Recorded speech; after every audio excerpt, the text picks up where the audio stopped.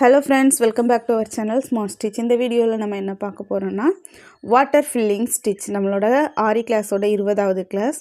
இத பாணி வர்க்னி கூட நம்ம சொல்லலாம். இந்த ஸ்டிச் ரொம்பவே இம்பார்ட்டன்டான ஸ்டிச். இந்த ஸ்டிச் பண்றது ரொம்பவே ஈஸி. அதுக்கான பேட்டர்ன் டிரா பண்றது தான் கொஞ்சம் ரிஸ்க். ஸ்டார்டிங்ல பிகினர்ஸா இருக்கும்போது அது எப்படி ஸ்டார்ட் பண்ணனும், அது எப்படி டிரா பண்ணனும்ங்கறத நான் சொல்லி கொடுக்கிறேன். இந்த மாதிரி தான் நம்ம டிரா பண்ணனும். ஒவ்வொரு ஹூக்கா வர்ற மாதிரி.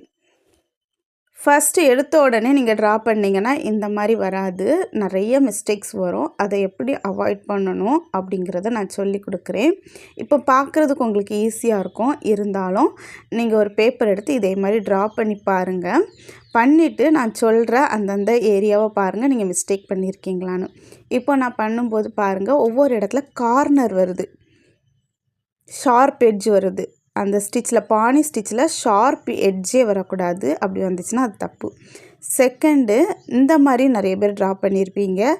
இந்த வளைவு இல்லாம டிரா பண்ணிருப்பீங்க. ஒவ்வொரு இடத்துல இந்த வளைவு கரெக்ட்டா வரணும். ஃபர்ஸ்ட் போட்டுருக்கிற அந்த மாதிரி கரெக்ட்டா டிரா பண்ணிக்கோங்க. இத ஒரு நோட்ல ஒரு பேஜ் ஃபுல்லுமே நீங்க பிராக்டீஸ் பண்ணிக்கோங்க. அதுக்கு அப்புறமா ஸ்ட்ரைட் லைன்ல பிராக்டீஸ் பண்ணதுக்கு அப்புறம் இந்த மாதிரி அதே ஸ்டிச்சை வேற டிசைன்ல வேற டைரக்ஷன்லயும் டிரா பண்ணி பிராக்டீஸ் பண்ணுங்க. இந்த ஸ்டிச்சை நம்ம பொறுமையா கூட பண்ணலாம். ஒரு 5 சைக்கிள் நீங்க பண்ணிட்டீங்கன்னா கொஞ்சம் வெயிட் பண்ணிட்டு கொஞ்சம் கை எடுத்து ரிலாக்ஸ் ஆயிட்டு பண்ணுங்க. ஒரே நேரத்துல பண்ணா கொஞ்சம் கன்ஃபியூஸ் ஆகுற மாதிரி இருக்கும். கொஞ்சம் மெதுவா பண்ணுங்க. இதையுமே ஒரு பேஜ் ஃபுல்லுமே பிராக்டீஸ் பண்ணிக்கோங்க. இந்த ஸ்டிச்ல இந்த பிராக்டீஸ் மட்டும் தான் கொஞ்சம் ரிஸ்க் ஆனது. ரிமைனிங் நான் சொல்லிட்டேனா உடனே நீங்க ஸ்டிச் பண்ற மாதிரி தான் இருக்கும். இந்த வாட்டர் ஃபில்லிங் ஸ்டிச்சை எந்த இடத்துல யூஸ் பண்ணுவோம் அப்படிங்கறத நான் உங்களுக்கு சொல்றேன். வாட்டர் ஃபில்லிங் ஸ்டிச் மோஸ்டா நம்ம எதுல யூஸ் பண்ணுவோம்னா ஷேப் இல்லாத இடத்துல நம்ம யூஸ் பண்ணுவோம். இப்போ button hole stitch, double button hole shader நிறைய பார்த்துட்டோம். இன்னும் நிறைய ஸ்டிச்சஸ் இருக்கு. எல்லாமே ஒரு குறிப்பிட்ட ஷேப்ஸ்க்கு இன்சைட் நம்ம அப்ளை பண்ற மாதிரி இருக்கும். கொஞ்சம் இடம் ஷேப் இல்லாம நமக்கு வந்துடுச்சு. வரும் கண்டிப்பா வரும். நம்ம இப்போ ஒரு பல்லக்கு டிசைன், கல்யாண பல்லக்கு டிசைன்லாம் போட்டோம்னா எல்லா இடத்துலயுமே நம்ம ஷேப் இருக்கிற இடத்துல அந்த ஸ்டிச்சை கொடுத்துருவோம்.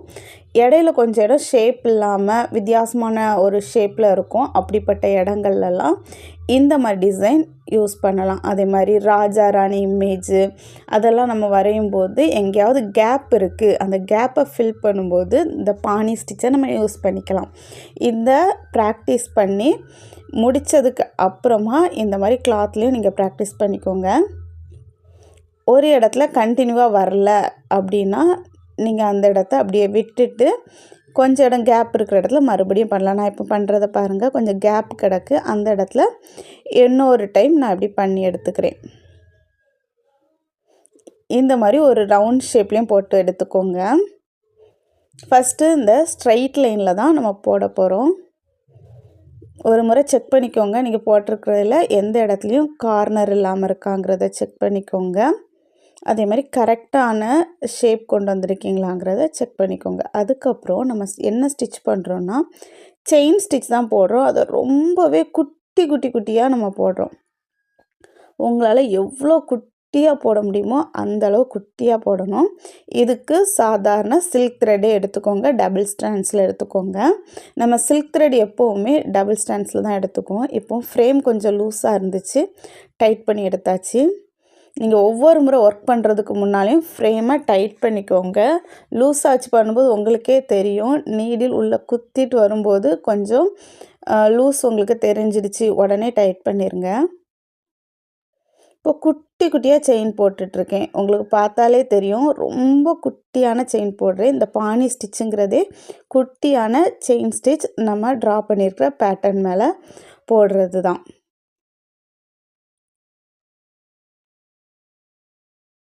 ரொம்பவே பொறுமையா போடுங்க. ஒரு செயின் உங்களுக்கு மிஸ் ஆயிடுச்சு அப்படினா லைட்டா பிரிச்சு எடுத்துக்கோங்க.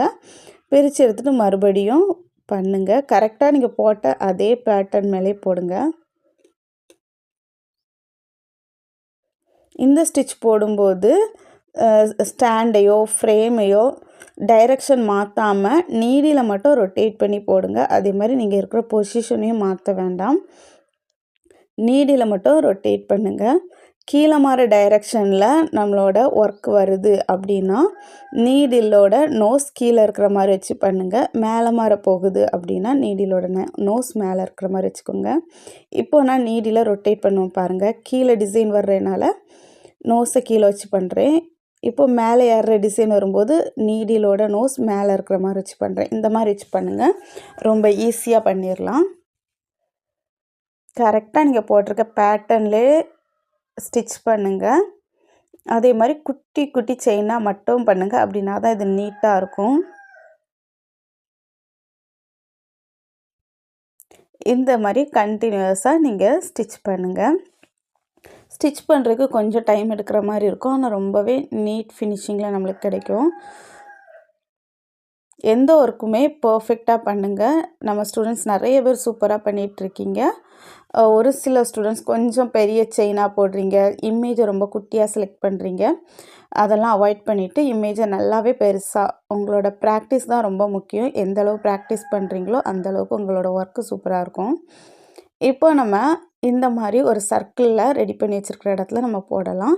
நீங்கள் இந்த மாதிரி 2 சர்க்கிள் தான் இல்லை, ஹார்ட் ஷேப்பு அல்லது எந்த ஷேப்னாலும் நீங்கள் எடுத்துக்கலாம். அதோட அவுட்லைனில் சில்க் த்ரெட்டால் செயின் ஸ்டிச் போட்டு எடுத்துக்கோங்க. இந்த மாதிரி நான் இப்போ ஜரி த்ரெட் யூஸ் பண்ணி தான் பண்ணுறேன். ஜரி த்ரெட்லேயும் இந்த ஸ்டிச்சு ப்ராக்டிஸ் பண்ணணும், சில்க் த்ரெட்லேயும் ப்ராக்டிஸ் பண்ணணும். 2 சர்க்கிள் நீங்கள் ரெடி பண்ணி எடுத்துக்கோங்கன்னு நான் அதனால தான் சொல்லியிருந்தேன். ஒரு சர்க்கிளில் ஃபுல்லுமே ஜரி த்ரெட் யூஸ் பண்ணுங்கள், இன்னொரு சர்க்கிளில் ஃபுல்லுமே சில்க் த்ரெட் யூஸ் பண்ணுங்கள். சில்க் த்ரெட் டபுள் ஸ்ட்ராண்ட்ஸில் யூஸ் பண்ணுங்கள், ஜரி த்ரெட் சிங்கிள் ஸ்ட்ராண்ட்ஸில் யூஸ் பண்ணுங்கள். இது பண்ணுறதுக்கு கொஞ்சம் டைம் எடுக்கும், இருந்தாலும் நல்லா ப்ராக்டிஸ் பண்ணுங்கள். ரொம்பவே இம்பார்ட்டண்டான ஸ்டிச்சு.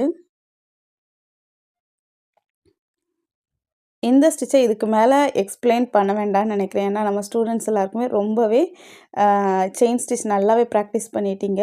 ஸோ செயின் ஸ்டிச் தான் ரொம்பவே குட்டியாக. இப்போ நீங்கள் அந்த கோகனட் ட்ரீயில் இருக்க செயினையும் பாருங்கள், இந்த செயினையும் பாருங்கள் எவ்வளோ குட்டியாக போடுறேன்னு.